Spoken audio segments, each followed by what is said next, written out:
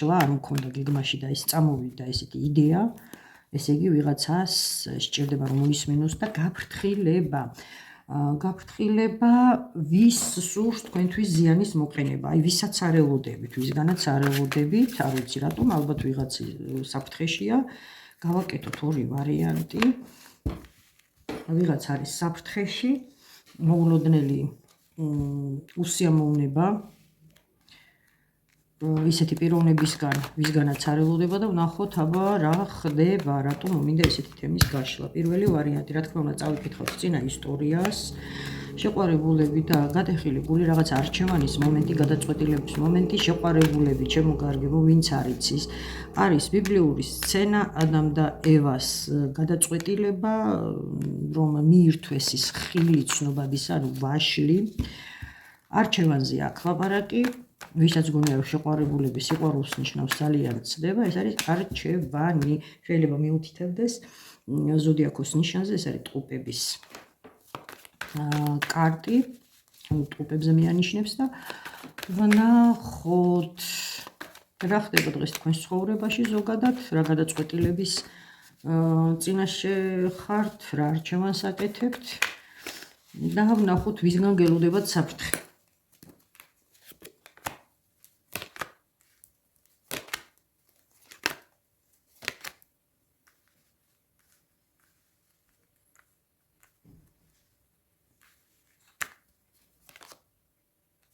ჩემო კარგებო, აქ ვიტყვი რომ ფარულ ურთიერთობაზეა ლაპარაკი, საიდუმლო აკრძალულ სიყვარულზეა ლაპარაკი. ეს როგორც ჩანს დიდხანს გრძელდება. თქვენ თვითონ მოირგეთ საკუთარ თავზე, ბარიკადების რომელ მხარეს ხართ, რომელი კუთხე ხართ, თქვენ ხართ მესამე-ზედმეტი თუ თქვენს ცხოვრებაშია ვიღაც მესამე-ზედმეტი. და ეს ძალიან სხვათა შორის დიდი ხანია გრძელდება, ძალიან დიდი ხანია გრძელდება, თითქოს იყო კიდევაც იმაზე ლაპარაკი, რომ ეს სამკუთხედი უნდა დასრულებულიყო და არჩევანი გაეკეთებინა, ან თქვენ შეიძლება თქვენ გადაიძულებენ რომ გააკეთოთ არჩევანი, ან თქვენ მოითხოვთ უკვე არჩევანის გაკეთებას თქვენი პარტნიორისგან, ყოველ შემთხვევაში ეს არ არის ცოლ-ქმრის ესეთი ბედნიერი ცხოვრების კომბინაცია და არ გვიყვება კარტი ამაზე. აქ არის სამკუთხედზე ლაპარაკი და უფრო ფიქრობ რომ თქვენ არ ხართ მეუღლე. ქალბატონი მეუღლე არ ხართ. ხართ ან საყვარელი, ან ბიჭები მიყურებენ, რომელსაც ყავთ საყვარლები.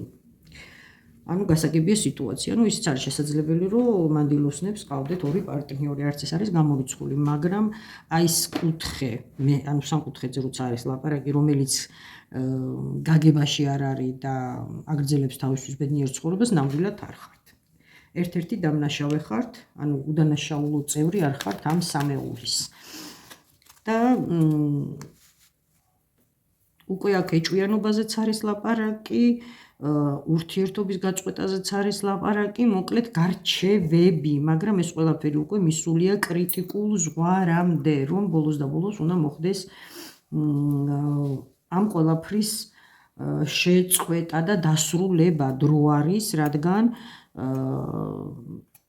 სამყაროში მომწიფდა ის სიტუაცია და ის გეგმები, რაც თქვენს შესახებ აქვს სამყაროს და იმ ძალებს, რომლებიც ბედისწერას განაგებენ, თუ არ მიიღებთ თქვენ თვითონ გადაწყვეტილებას, სამყარო გაიძულებთ გააკეთოთ არჩევანი. რაღაცა ესეთი დილემის წინაშე აღმოუჩნდით, საკმაოდ სერიოზული დილემის წინაშე. უნდა რადიკალურად შეიცვალოს თქვენი ცხოვრება ამ ყველაფრის შემდეგ, თქვენ უნდა შეიცვალოთ. ბევრისთვის ვიტყვი, რომ აი თითქმის 90% ვისთვისაც რეზონირდება პირველი ვარიანტი და ეს წინა ისტორია, ვინც მოისმინა და ამოიცნო თავისი სიტუაცია, გეტყვით რომ აქ ძალიან სერიოზულ კარმულ ურთიერთობაზეა ლაპარაკი, ან სასწაულად მოგეცათ ეს ყველაფერი, ან სასჯელად, აქ ისე ლაითად არაფერი არ ხდება და არ მომხდარა. და გირჩევთ რომ თუ კი კითხვები გაქვთ და ვერ ერკვევით ამ სიტუაციაში ვინმეს მიმართოთ და აღმოგიჩენენ დახმარებას და გაგარკვევენ პროფესიონალები, ვთქვათ ტაროლოგი იქნება თუ სხვა სისტემით მომუშავე ეზოთერიკოსი დაგეხმაროთ რომ გაგარკვიოთ რა ხდება თქვენს თავს. ნახოთ აბა საფრთხე რატომ გემუქრებათ და ვისგან გემუქრებათ საფრთხე.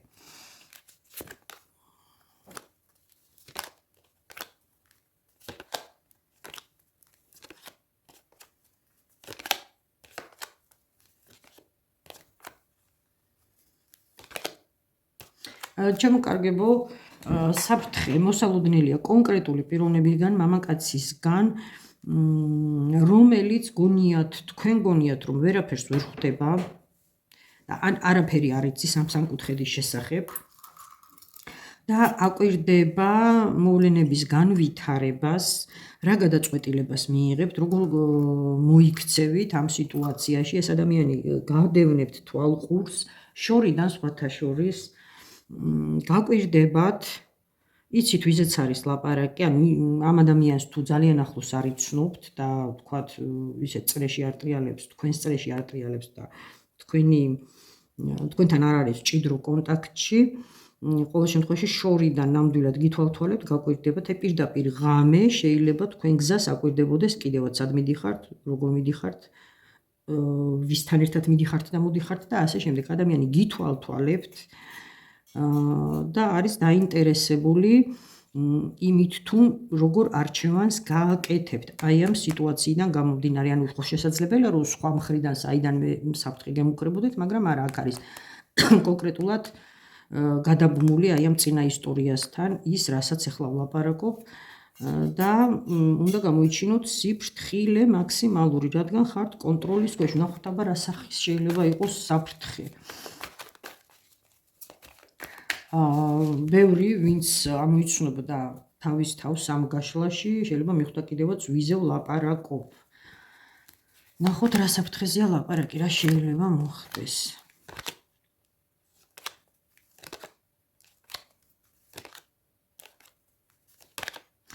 ჩემოკარგებო, არ ვიცი ვისთვის როგორ რა სოციალური სტატუსი გაგაჩნიათ და რა მდგომარეობაში იმყოფებით ზოგადად თუნდაც თქვენი ოჯახიდან გამომდინარე, სამეზობლოდან, სამეგობროდან, სამსახურიდან, მაგრამ ეს ადამიანი გითვალთვალებთ, აგროვებს თქვენზე ინფორმაციას, შეიძლება ვიღაცას დაქირავებული წყავდეს, თქვათ დეტექტივი თუ კი აქვს ამის საშუალება და აი გაგივრცელებენ ინფორმაციას და ვისთვისაც ეს ძალიან მნიშვნელოვანია, მისი იმიჯი, მისი სტატუსი გარშემომყოფების თვალში, იცოდეთ რომ ეს ადამიანი გაგისაჯაროებთ ყველაფერს და იმაზე მეტს კიდე თქვათ რაც იცის თუ არ იცის, აგორდება სერიოზული ჭორი და შეიძლება იქ სურათები გადაღებული და ასე შემდეგ. ანუ შერცხვენით გემუქრებათ ეს ადამიანი, რამდენად სამარცხვინოა თქვენი ურთიერთობა და თქვენი სიტუაცია, ეგ თავად განსაზღვრეთ, ან საერთოდ არის თუ არა სამარცხვინო, მაგრამ ყოველ შემთხვევაში ეს ადამიანი ტყუილი იქნება თუ მართალი, თქვენი მანიპულირება შეიძლება გეგმავს, აქ შანტაჟსაც არ გამოვრიცხავ, რომ თქვათ დაგაშანტაჟოთ, რომ აი ამ სურათებს გაგისაჯაროებთ და ასე შემდეგ, მოკლედ ვიღაცა გითვალთვალებთ და გამოიჩინეთ მაქსიმალური ყურადღება. საფრთხე არის გასაჯაროვება თქვენი ურთიერთობების და ასე შემდეგ. ნახოთ მეორე ვარიანტი, რა ხდება დღეს თქვენ ცხოვრებაში და საიდან გელოდებათ საფრთხე თუ ასეთი არსებობს, რა თქმა უნდა, მოულოდნელი საფრთხე, ვინ გემტერებათ ისეთი, ვისაც თქვენ, თქვათ, ვისგანაც არ ელოდებით.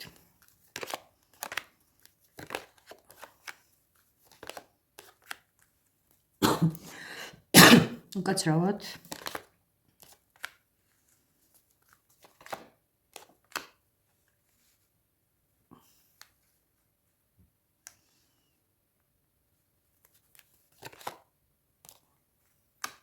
ჩემოკარგებო, მეორე ვარიანტს ვფიქრობ, ქონდა ან აქვს ჯანმრთელობის პრობლემა და შეიძლება პრობლემები ძალიან დიდი ალბათობა იმის რომ ქირურგიული ჩარევებიც იყო, ეს იყო ვთქვათ პრობლემებიდან გამომდინარე თუ უბრალოდ რაღაცა კორექციები დაგჭირდათ, თუ ჯანმრთელობის პრობლემები არ გაგაჩნიათ, მაგრამ ყოველ შემთხვევაში თეთრხალათიანებთან ჰქონდათ საქმე, ოსტატებთან, თავისი საქმის მცოდნეებთან ჰქონდათ საქმე, ვისთანაც თქვენ მოგიწიათ ან ჯანმრთელობის პრობლემის მოგვარება, ან სხეულის სახის კორექცია და ასე შემდეგ, იყო ნამდვილად პროფესიონალი და არის როგორც ჩანს.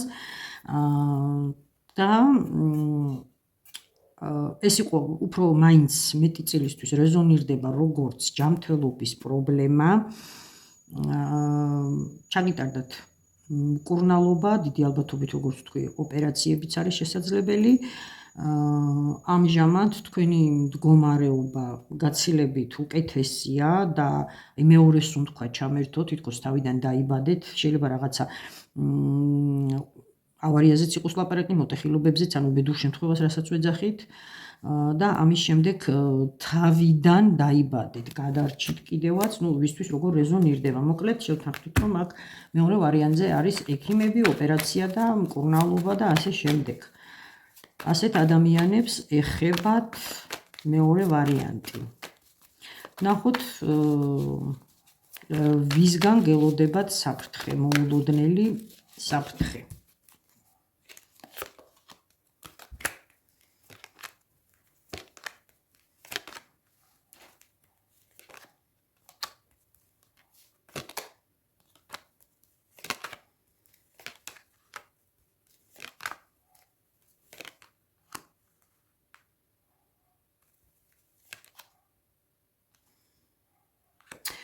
ჩემოკარგებო, გეტყვით ასე. აი ამ ინფორმაციასთან ერთად, რაც წავიკითხე წინა ისტორია, დავამატებ იმას, რომ თქვენს ცხოვრებაში აქ უკვე პირადი ცხოვრება არის